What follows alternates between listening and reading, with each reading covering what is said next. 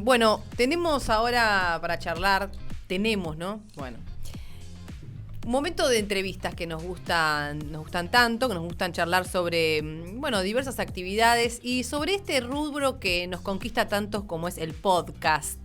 Y vamos a hablar con la autora del podcast Les Otres. Ella es Julia Rizzo, es locutora, actriz, profe de teatro, activista disca y, bueno, autora, productora de este podcast llamado Les Otres que hemos disfrutado un montón. Bueno, bienvenida. Gracias por la invitación. Autora, productora, Sí. subtituladora, realizadora. Todo. Sí, un poco de todo. Desde la idea hasta la producción y la realización. Sí, todo. Todo en plena pandemia era hacer todo desde casa.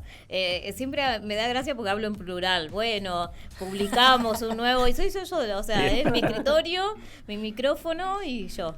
Y mis amigues que les mando, che, escuchá esta apertura, a ver qué onda. Che, escuchá esto, a ver cómo suena. Sí. Y que ellos te ponen, ok, está buenísimo y es... Sí, o no, fíjate esto, o no, hacelo de nuevo. Sí, o no, ese recorte no da, te vas al pasto. Me bajan a tierra, sobre todo. Porque a veces, como que, a veces viste que las aperturas de Lesotres tienen como frases que se dicen sobre la discapacidad respecto del tema que sea.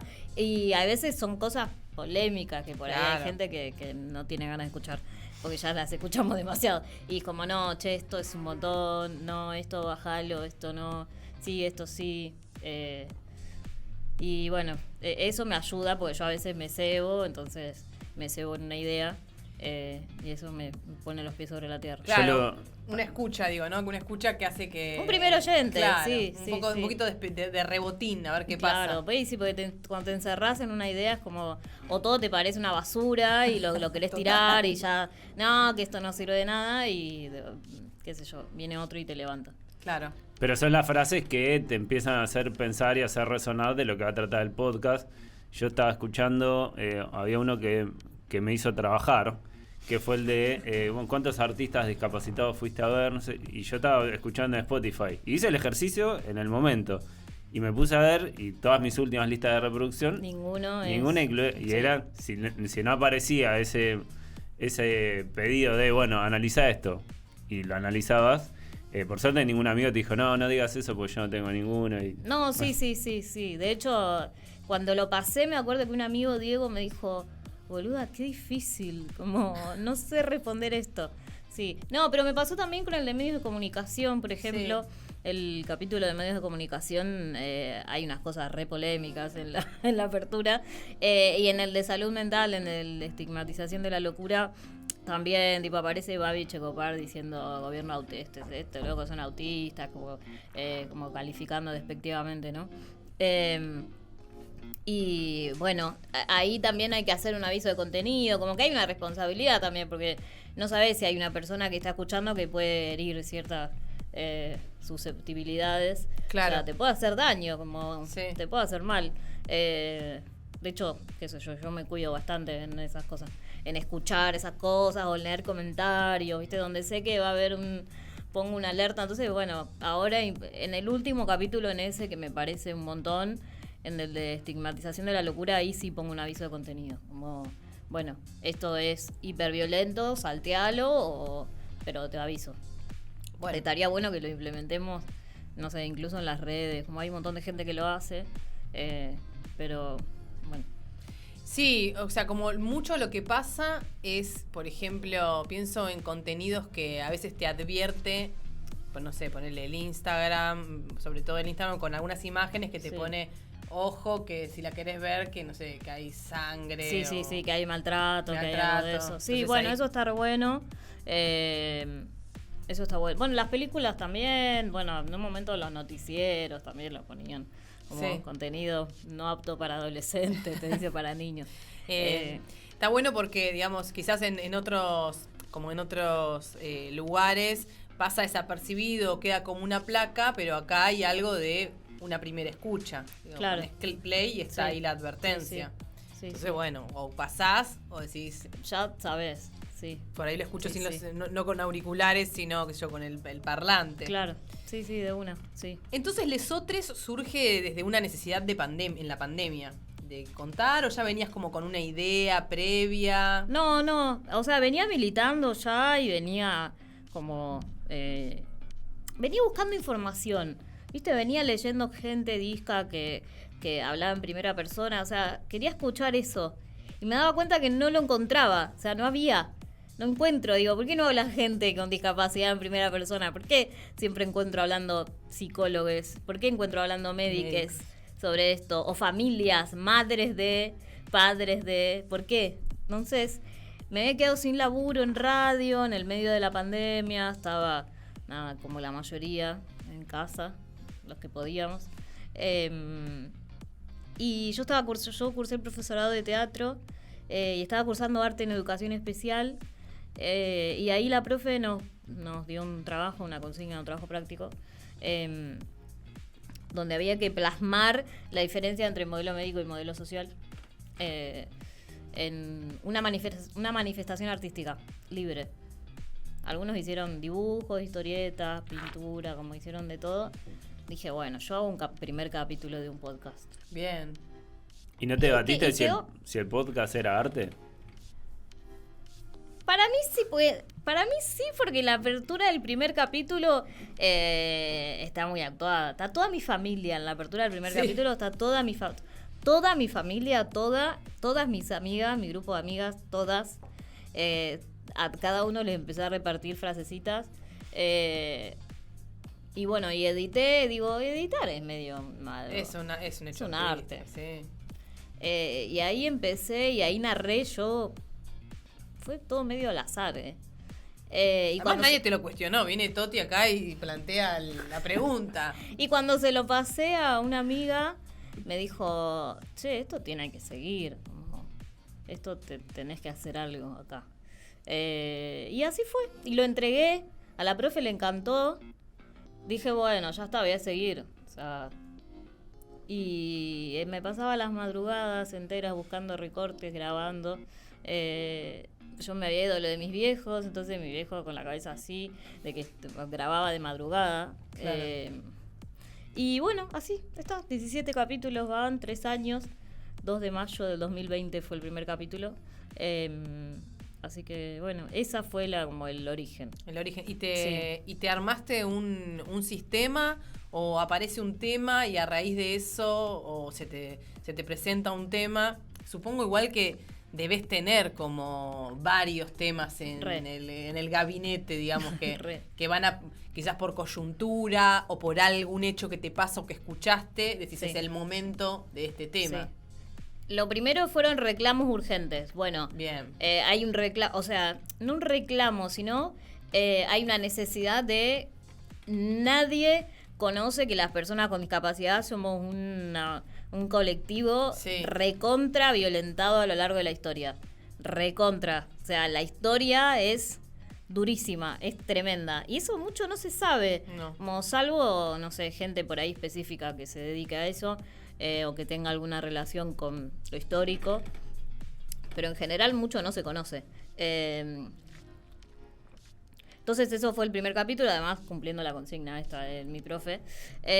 Y después pasó que una de las demandas más urgentes, si no es la demanda más urgente, fue trabajo. Entonces ese fue el segundo capítulo. Después sexualidad, después, bueno, y de ahí se fueron desprendiendo. Claro. Después empecé a hacer entrevistas, después me aburrí de las entrevistas y como un par me dijeron, che, no estaba tan bueno, ya es medio denso.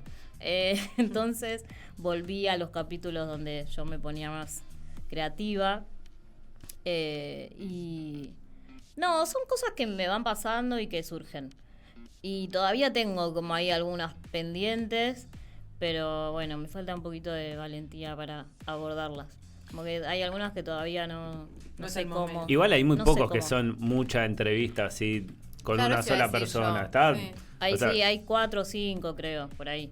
Que están buenos igual, como tienen historias copadas, no están abordados desde un lugar de, bueno, inspiranos, ni nada de eso.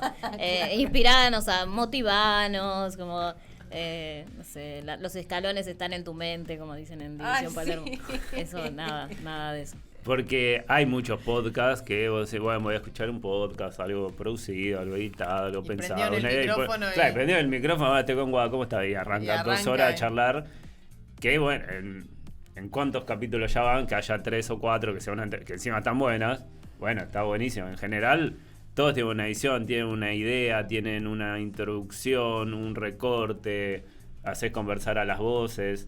O sea, hay un laburo lindo de podcast que se agradece desde los que les gusta escuchar podcast. Porque además, o sea, hay un mundo disca que es muy, digamos, plural. No es un, digamos, porque a veces pienso que se, tipo, como si se ignora tanto que se encasillan, tipo, bueno, los discas necesitan, bueno, ¿qué disca? ¿Necesita qué?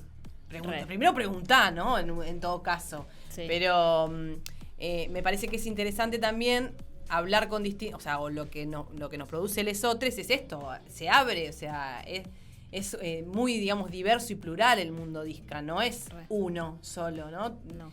Pasa algo de eso desde, digamos, desde el afuera, o desde, digamos, desde quienes tratan los temas o eso, que se englobe. Sí, re. De hecho, para mí tenemos que revisar el concepto de personas con discapacidad. Como para mí hay que revisarlo, porque ahí adentro hay, no sé, personas usuarias de silla de ruedas, personas ciegas, personas sordas, personas autistas, por ejemplo. Sí, neurodivergentes. Sí. Bueno, quizá la neurodivergencia está un toque, o sea, han sabido como armar rearmarse lejos de esa palabra. Todavía o sea, popularmente no está muy separado, pero digo, como comunidad quizá la neurodivergencia se está, no sé si separando, pero me parece que está creciendo mucho el término neurodivergente, creo que eso está buenísimo. Eso. Pero digo, dentro del colectivo personas con discapacidad, digo, ahí hasta, no sé, personas con enfermedades autoinmunes, digo, sé, como un montón de cosas. Y me parece que el desafío, lo más importante que tenemos es separarlo del concepto de la salud. Claro. ¿No? Creo que lo primero que hay que pensar es eso. O sea, despatologizar. No sé, me parece lo más difícil. Claro. Pero dejar de pensar en términos de salud. Pero sí, adentro de ese término paraguas hay de todo. Hay un montón de individualidades.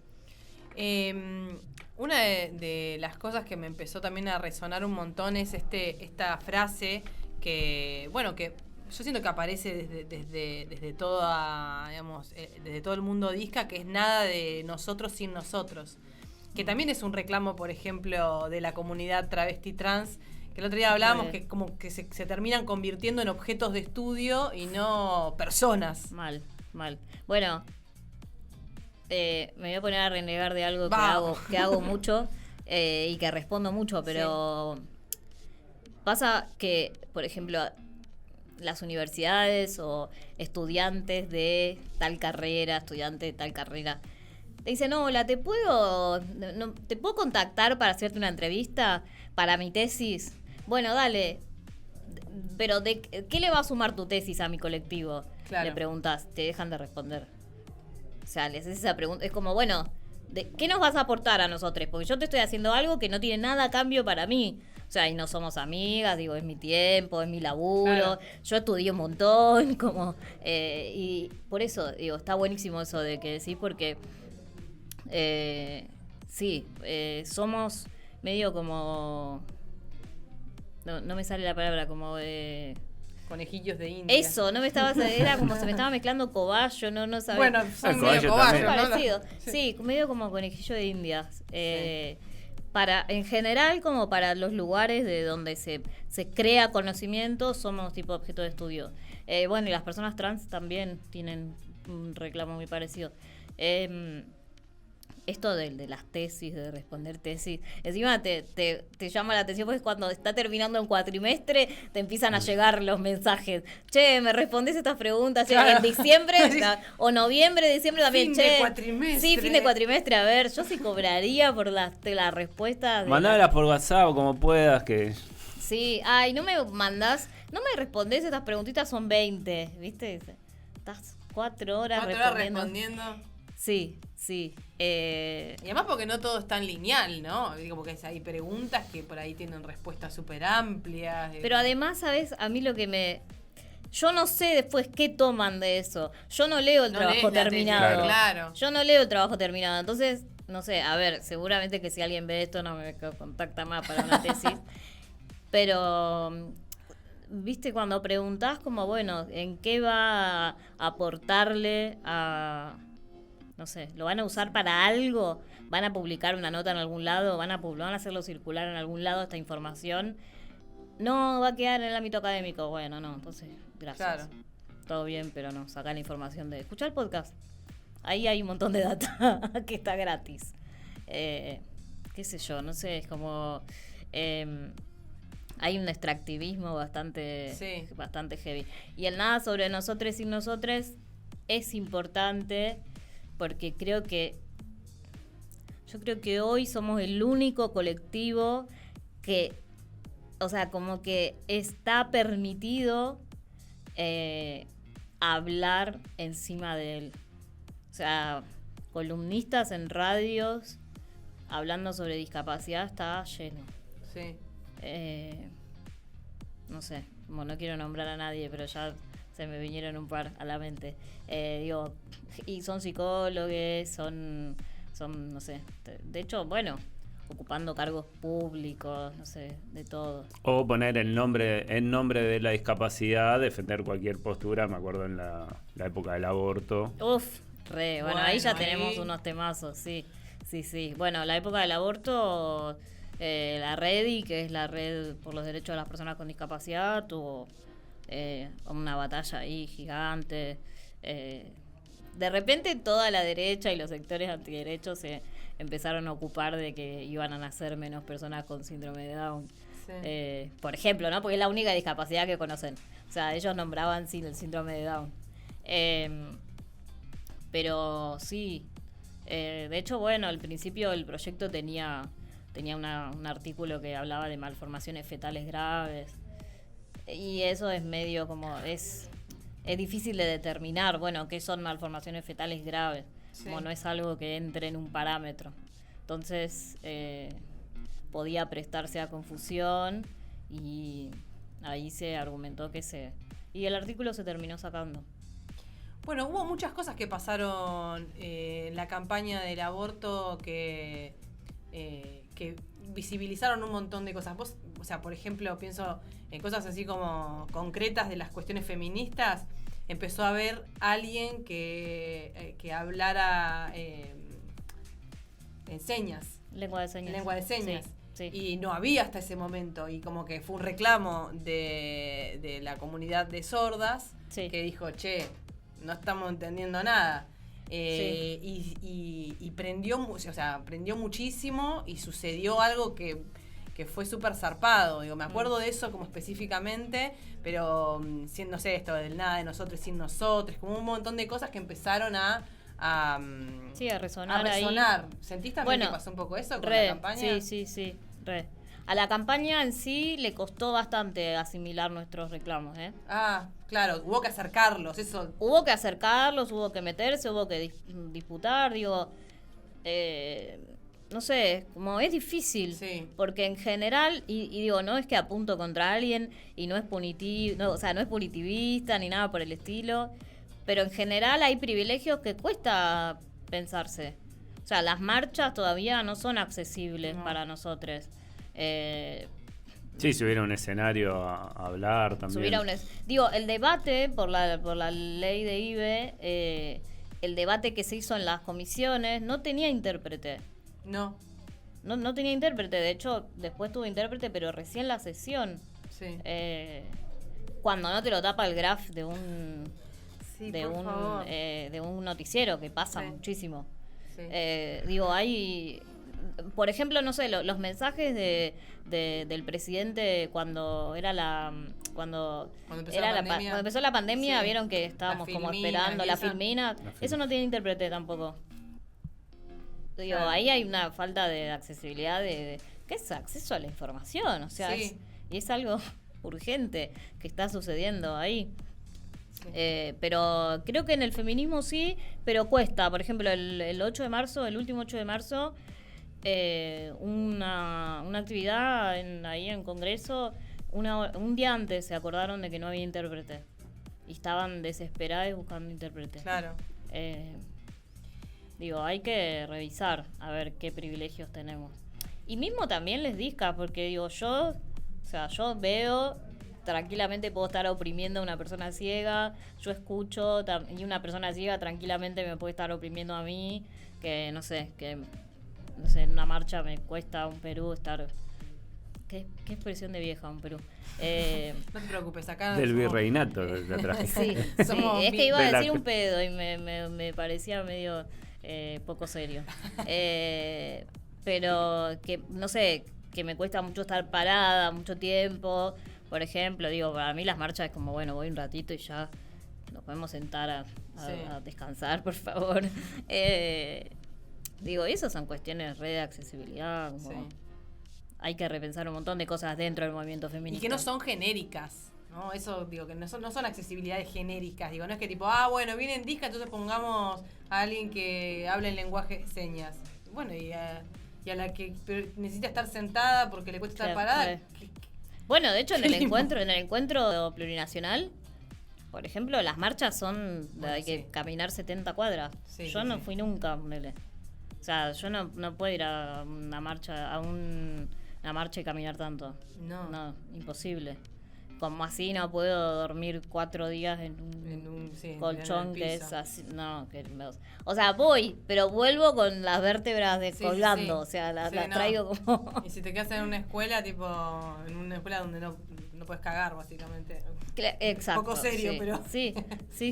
Y como dijo la filósofa Amalia Granata, somos personas cagantes. Personas cagantes, claro. sí. Necesitamos... Sí. Limpiarte, por lo menos, andar higienizada. Bueno, son un montón o sea, está bueno como seguir viendo que hay un montón de cosas que hay que, seguir repensando y sobre todo abriendo lugar a que las digan quienes tienen que decirla. Sí. A mí me parece que es eso, es cuestionarse privilegio. Porque, digo, todos tenemos algún privilegio ahí para socializar. Y no es no es renegar del privilegio, no es renunciar al privilegio, no es hacerse cargo. Es hacerse cargo y socializarlo, y sí, porque no sé, ahora por ejemplo, el otro día hablaba con una compañera de la Marcha del Orgullo. Sí. En general, les discas o la organización en la que yo participaba y en general participo en actividades, o sea, no ahora como parte de la orga, pero por ahí asisto a actividades que organizan, que es Orgullo Disca. Marcha en la Marcha del Orgullo, valga la redundancia. Y viste, como a veces necesitamos gente que se haga cargo de ser apoyo, ¿no? Y a veces como cuesta, cuando decimos que necesitamos apoyo, terminamos marchando soles, o sea, claro. Les discas soles en una columna, en un grupo, por un lado, como, bueno, no sé, ¿qué pasa si queremos subirnos a, no sé, bueno, todavía hay como una integración ahí de interseccional que no se está dando. Claro. Y pasa en el colectivo Discapens, esto que pasa mucho también con el colectivo LGBTQ+, que, no son todos progres, no son todos populares, y hay mucho rancio. Pensaba en el candidato, que no sé si ahora está con Milei o con Juntos por el Cambio, que hace unos días tuvo un... Rinaldi. Sí. Que es un tipo totalmente detestable y que integra una lista y que me imagino que con el hecho de ser discapacitado, el de decir, bueno, yo vengo a representar. Y creo que representa un gobierno que dio de baja 60.000 pensiones, o sea, por discapacidad, así que será discapacitado, pero tiene poca conciencia de clase. Eso en primer lugar. Igualmente, ¿sabés que hace poquito un candidato que va a la lista de Milei, Luna es el apellido, no me acuerdo el nombre? Sí, el que dijo que nadie lo quería votar. Nadie quiere votar un discapacitado, dijo él, sí. Y vos sabés que muchas personas salimos a repudiar ese hecho, porque es tremendo que legitimemos esos maltratos. Digo, con Guado de Pedro pasó lo mismo, sí. ¿No? Que Argentina no está preparada para tener un presidente tartamudo. No sé, como... me parece que hay que defendernos, pero sí, ese señor Rinaldi no debe tener mucha conciencia de... Pero pensá, a un sector sí debe sentir que lo representa. Él tiene un diálogo con alguna parte del colectivo. Hay colectivos de discapacitados de Juntos por el Cambio. Seguramente, no conozco, pero sí conozco mucha gente que está más cercana a esas ideas y que tiene la bandera de la meritocracia tatuada. Porque bueno, yo me esforcé, yo tuve, yo me esforcé, yo luché, yo salí adelante, claro. Yo hice mi rehabilitación y siempre están como parados desde un lugar medio posicionado. Sí, o incluso con mi discapacidad, miren cómo claro. Algo, y todo eso es hipercapacitista, o sea, es como está siendo funcional al capacitismo, pero al 100%. Me parece que sí, es meritocracia a pleno. El término capacitista refiere a esto de de decirte cómo tenés que ser, cómo son las cosas, o de las cosas que sos capaz, o... Sí, viene de las cosas que sos capaz. O sea, el capacitismo es un paradigma, o sea, todas las palabras que terminan en ismo, machismo, claro. Viejismo, edadismo, black, colonialismo, todos son paradigmas, o sea, son ópticas donde se observan las personas, las cosas.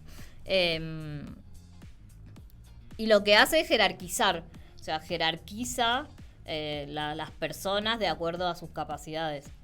Y las personas, gracias al capacitismo, valen más o valen menos. Valen menos, claro. Las personas con discapacidad claramente valemos menos. ¿Por qué? Porque el sistema está todo el tiempo evaluándonos lo que producimos. Y las producciones no son solo cosas, no son solo...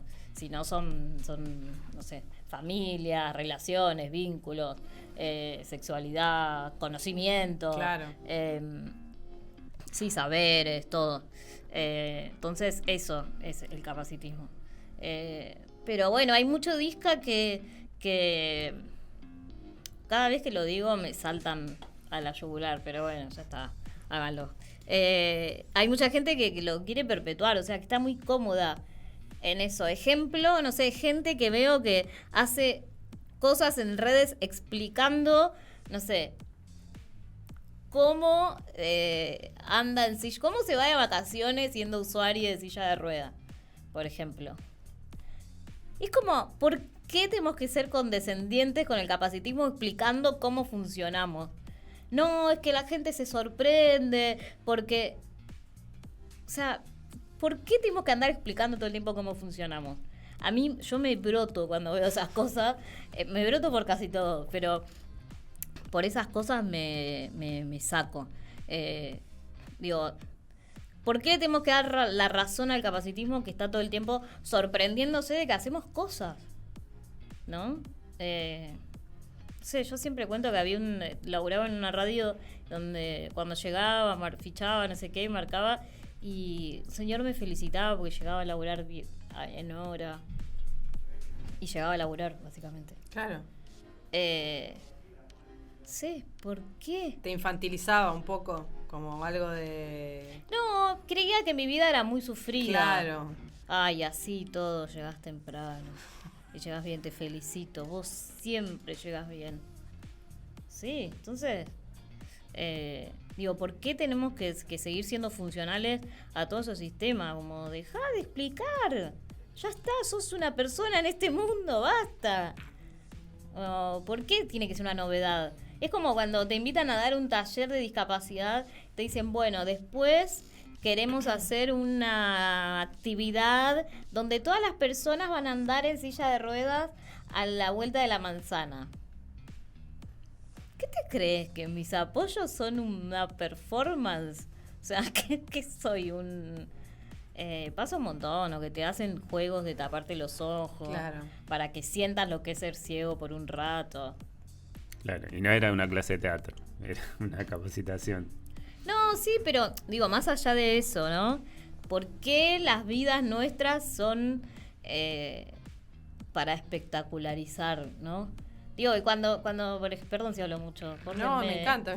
Córtenme, dícenme, la productora me está mirando, tipo, cállenla. No. Es locutora, así que... No, que nos me pasa sé, eso, cuando me vemos sé, los micrófonos... voy acordándome de cosas, entonces digo... cuando en una serie, en algo de eso, alguien actúa sin discapacidad de alguien que tiene discapacidad. Sí. Digo, ¿por qué? ¿Por qué permitimos eso? Digo, ¿las personas blancas se pintan la cara de negro para ser de negro? Ya no. No, llaman a un negro, sí, antes sí. Claro. Pero llaman a una persona negra. Claro, sí. ¿O no? Sí. Digo, ¿por qué? Ese debate se dio hace poco con División Palermo, la serie que... Sí. Que ahí emergieron debates, un montón de debates que en donde se pusieron... Sí, ese debate me acuerdo que había salido. Sí, de hecho, bueno, Orgullo Disca que sacó, sí, como hay un posteo acompañando y celebrando la serie también, porque nos pareció muy buena, o sea, nos pareció excelente. Pero bueno, el personaje de Pilar Gamboa lo podría haber hecho una compañera Disca. Sí. A pesar de que lo hizo muy bien y estaba coacheada además por Lucrecia, que ahora no me acuerdo el apellido de Lucrecia, la chica que hace el video de las escaleras están en tu mente, sí. Bueno, Lucre sí es una compañera con discapacidad. Digo, lo podría haber hecho ella. Al personaje estaba asesorada también por Pilar. Pilar estaba asesorada por ella. Lo hizo muy bien y es una muy buena actriz. Sí. Pero bueno. Pero está bien hacer, digamos, hacer el llama, o sea, hacer el reclamo, porque si no es conformarse. Pero le dimos trabajo a una disca para que sí, pero no la visibilizaste. Si yo ya sé que Pilar Gamboa no es disca, por más que entre en la ficción, ¿no? Sí. O sea, es que en el teatro eso es bueno, me imagino que lo debes saber también. Pero es también un tema, ¿no? Personas haciendo de disca que no son disca, haciendo obras de discas en salas que no son aptas para disca. O, por ejemplo, yo en una época trabajé de vestuarista y me habían pedido que haga un traje de gorda, por ejemplo. Bueno, ¿por qué no contratás a una actriz gorda si querés una actriz gorda, no? Es un poco más fácil. Claro. De paso le damos laburo. De paso, claro. Sí. Y digo, y por eso digo que es importante como el llamado de atención, es tipo, che, o sea, despertate del privilegio también. Y dejá de sostener siempre a las mismas caras. Bueno, eso también. Dejá de sostener siempre a los mismos actores, actrices. Dejá, como, bueno, pongamos gente nueva. Y sobre todo tengamos como la decisión política de darle laburo a gente que nunca tiene laburo. O la menor cantidad de veces tiene laburo. Leí unas notas, pero una nota que decía que odiabas el término inclusión. Qué bardo armé con eso. Hermoso bardo. Armé un bardo divino. Sí, tiré la bomba y cerré la puerta y me fui. Sí. Porque tuviste muchas repercusiones por esa declaración. Sí, me mandaron el más patente que tengo. Me mandaron un mensajito que era discapacitada mental, en realidad, porque hablaba con la E. O sea, que mi discapacidad era mental por hablar con la E. Claro. Y que odiaba la palabra inclusión, pero usaba el lenguaje inclusivo. Como... Qué sagaz, ¿no? La crítica. Y qué manera de mezclar temas, Sí. ¿no? Qué capacidad de mezclar Aparte me temas. imagino a la persona diciendo, mirá cómo le engancho Mirá acá. cómo le engancho, Mirá, la destrozo, la destrozo. destruyo. Sí, la BBC se va a arrepentir de publicar esto. Sí. Claro, porque era de la BBC la nota. La BBC, sí. Sí, no la soporto la palabra, no la puedo ni ver. Pero ya es personal, ya me hace daño. No, fuera de chiste. Me pasa que lo que apuntaba la nota, o sea, lo que dije en la nota era criticar esta moda que hay, porque está medio de moda la palabra inclusivo, todo es inclusivo. De que si seguimos sosteniendo la palabra inclusión, estoy como dándole legitimidad a que hay alguien que incluye. Claro. O sea, que alguien tiene el poder de incluirme, ¿no? Que alguien está como que me está haciendo un favor. Sí, y que estás por fuera igual. Y que estás por fuera. Mucha gente lo entendió del lado de no necesitamos incluirnos porque somos todos iguales, porque no sé qué. No, yo no dije eso. O sea, si leen los comentarios en la BBC, un montón creen que dije eso, pero no dije eso. O sea, no lo dije desde ese lado. Lamentablemente se entendió mal. No fui muy clara en el mensaje. Sí, sobre todo porque mucha gente se queda con el título. Que eso es lo que pasa, eso te iba a decir. Porque después en la nota decís muchas más cosas. Y lo explico además, porque es como esta lógica de que el que trae a alguien es como, bueno, ¿quién tiene el poder detrás? O sea, ¿quién decide si estamos incluidos o no? ¿Quién lo decide? Lo deciden siempre los mismos, son varones, blancos, heterosexuales, digo, son siempre las mismas, de clase media, alta, son siempre las mismas personas, entonces es un embole. En el ámbito educativo participé de debates donde se quería ir atrás con el tema de la inclusión y adoptar la integración, pero había otro que decía, no, hay que adoptar la funcionalidad de los espacios, no la integración, porque... Digo, como que es un debate en el que no es solo una palabra, sino de, bueno, que va a denotar todo lo que estamos nombrando a partir de decir, bueno, que algo sea funcional a más personas, o que nosotros integremos o que incluyamos. Ahí hay como definiciones conceptuales, o sea, ahí tenés la exclusión, que es directamente que las personas con discapacidad no participan de la vida cotidiana. Tenés la integración, que participan pero están como juntitas, o sea, no están incluidas con las demás personas. Y después tenés la inclusión, que están las personas con discapacidad entre las personas sin discapacidad. O sea, esos son como términos que sobre todo se usan en educación. La educación inclusiva habla de eso, de incluir a personas con discapacidad dentro de los grupos de personas sin discapacidad, explicado muy vagamente. Sí, con programas educativos no adaptados, sino... Ese es el problema, que no está cumplido el diseño universal, porque ahí, en general, cuando traen discas a por ejemplo, a las escuelas ya todavía se llaman de nivel, mal llamadas de nivel, la persona con discapacidad es la que tiene que adaptarse. O sea, y hacer unos esfuerzos tremendos por adaptarse. Y va con un maestro integrador a veces. Sí, y que son aulas de 2x2, que están súper pobladas de sin pibis, recursos. Que hay ruido por todos lados, que entonces la escuela no hace una adaptación, no genera apoyos reales para que ese pibi pueda estar y pueda participar en igualdad y en equidad de condiciones. Y bueno, y creo que esa sobreadaptación genera una exclusión y una vuelta a lo que es la escuela especial, el nivel especial o esos sistemas que son segregadores. A la gente no le gusta mucho escuchar esas cosas, pero es verdad. Son segregadores. Sí. Si el sistema repensaría sus privilegios, si el sistema educativo estuviera mejor financiado, además, que eso en todos lados, digo, no solo. Claro.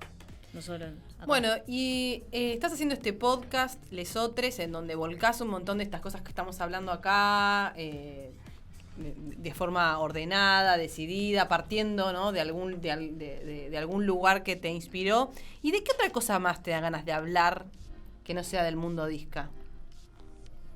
¿Te da ganas de hablar de algún otro tópico? Sos locutora, sos actriz, digo.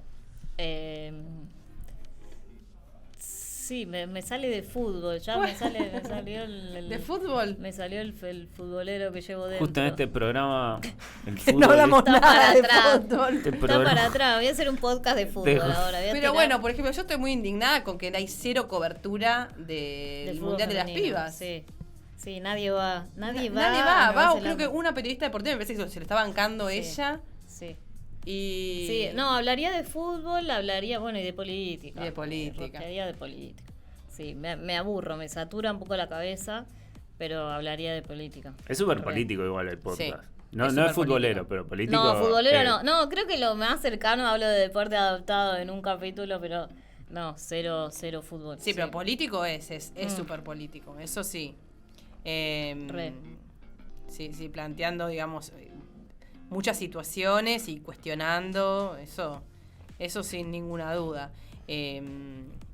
Fútbol, me interesa, Me interesa que que a alguien le interese el fútbol que a mí. O sea, a mí me da risa, me pasa algo con el fútbol que me da risa, me genera cierta empatía desde. ¿Te da risa? Me da risa el fanatismo del fútbol, me da mucha risa. Vos te morirías conmigo. Te morirías. Viéndote a ver un partido de fútbol, eso me parece un show espectacular. O sea, si te muestro el tatuaje que tengo acá, no te lo voy a mostrar porque me tengo que desnudar un poco más para mostrártelo y no sería nada, o sea, para la gente que está mirando no sería nada placentero. Pero sí, tengo tatuado acá mi club. ¿Cuál es tu club? ¿Lo confesás o no lo confesás? Sí, Boca. Ah, de Boca. ¡De Boca! Tengo tatuado esto de Boca acá. Ah, bien. Bueno, es justo... No, lo peor, bien no. Pésimo. Sí, me decís que es un espécimen de... Tengo tatuado esto de Boca, es horrible el tatuaje, pero lo amo. O sea, en un momento digo, ay, me parecen como de los fanáticos más termos los bosteros. Yo soy la peor. Pero hay un termismo especial en los bosteros. Sí, el bostero es muy termo. ¿Riquelmista? De cemento. Claro. Sí, es muy... Más termo aún eso. El bostero termo es muy mal perdedor. Es muy malo, además. Sí, yo soy muy mala, grito mucho. No, la paso, por eso me da gracia que te dé alegría. Me da risa, me da mucha risa. Porque yo sufro. Claro, ustedes sufren, sí, pero yo lo he visto a mi papá hacer unas pavadas. Como, no sé, abrazarse al televisor y gritarle, bueno, arrodillarse y hacer unos rezos extraños. Sí. El tanopasmismo. Sí, ese chabón lo tengo, sí. Es que ese lo grabaron, pero eso pasa en todas las casas. Mi gato, el otro, ¿vos sabés que el otro día superé? Me vinieron a tocar la puerta. O sea, yo vivo en una casa. Ah, te vinieron a golpear la puerta porque estaba haciendo mucho lío. Porque estaba gritando como una bestialidad. No, te pasa algo. Yo no sé si... No atendí de la vergüenza que me dio. No atendí. Pero yo creo que me vinieron a preguntar si me pasaba algo. Sí, o sea, no sabía que estaba jugando Boca, evidentemente. Claro. Esa persona. Mi gato, ponele, se esconde. Cuando grito algo, no podemos convivir. Bueno, el bostero termo tiene algo que es para mí muy gracioso, que es que denuncia que lo perjudican. ¿Cómo vas a perjudicar al Eso es verdad, nos pagan siempre. Siempre. Uy, perdón, estoy tirando, ya me puse mal, estoy tirando para la productora, me va a matar. No, ayer 2 penales. ¿Vos viste el partido de ayer? 4-0 ganaron. Nos teníamos que haber ganado 6-0. Bueno. 6, porque encima nos echaron a uno mal, o sea, podríamos haber hecho un gol más con ese jugador más. Sí. Dios mío. 2 penales que no cobrados. Fox Sports se están perdiendo a una panelista muy picante. Muy picante esta panelista. Pero aparte viste que es instantáneo. Sí. Y ya. No, la Libertadores nos viene perjudicando hace años, Tenés años fácil. 4... Fácil, como Riquelme que decía que le ganaron a Mineiro en realidad, más bien perdido. No, porque en realidad le ganamos las 2 veces. Le ganamos allá y le ganamos acá. Pero ganó el otro. No. Sí. Pero si no metieron goles. Nos anularon 2 goles. Ganamos ese. Pero yo salí campeón de esa Libertadores. Sí. Suena así. salí campeón de Recortá esto y definición de Bostero está acá. Ganamos los dos partidos, pero el árbitro no se enteró. Claro. No. Ellos ganaron igual. Qué risa. ¿Ves por qué me dan tanta risa? Es que esto aplica también a lo de River. O sea, creo que esto también Boca y River, todos los demás tienen no tienen motivos tanta para sangre. Están más acostumbrados a perder el resto de los equipos. Y en realidad sí los perjudican. Un amigo que es de Lanús, yo le digo, mirá, vos si sos de Lanús y pretendés, tenés que meter 5 goles. Si no, no te quejes. Si sale 0-0... Tengo una amiga de gimnasia que me ve muy frustrada últimamente y me dice, ay, boludo, me dice, yo vivo así, como... Claro, de gimnasia que nunca salió campeón. Ese es mi estado de vida. Me dice, relájate, no pasa nada. Y yo, como, no puede ser. 4-0 con Godoy Cruz, no puede ser. Bueno, hay que sumarle a tu descripción Julia Bostera. ¿La conoces a la voz del estadio de Camila, Boca? A Cami. Sí. En realidad la conozco del ISER, claro, cuando estudiábamos, sí. Y después sí, ahora la tengo en redes y siempre veo ahí sus locuciones. Cami Ansaldo es la voz del estadio de Boca. Cuando vas a la cancha escuchás a ella nombrando a los jugadores. Claro, a los jugadores, la información que se da ahí en la cancha. O sea, le voy a hacer echar el piso. Igual me echaría porque le gritaría, te lo comiste. No sé qué. De número 2, el pecho frío. Me echaría. Vos sabés que yo fui la voz de Argentinos. Ah, mira. El estadio de Argentinos. Un par de veces. Mirá. Un par de veces. Era un locutor muy el Tero, creo que era. El Tero Martínez Puentes hace la apertura. Pero después está la voz en vivo. Y yo estuve de voz ahí reemplazando a la voz original, que es Cari Vázquez.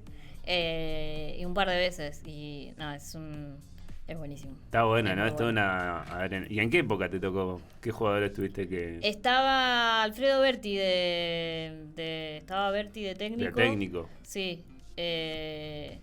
Y estaban todos los McAllister, bueno, son 70, salieron todos. En un momento, claro, estaban los tres juntos, Alexi, Brian y Kevin, sí. De hecho, creo que estaba Alexis todavía jugando, no se había ido a Boca. O sea, presentaste a un campeón del mundo.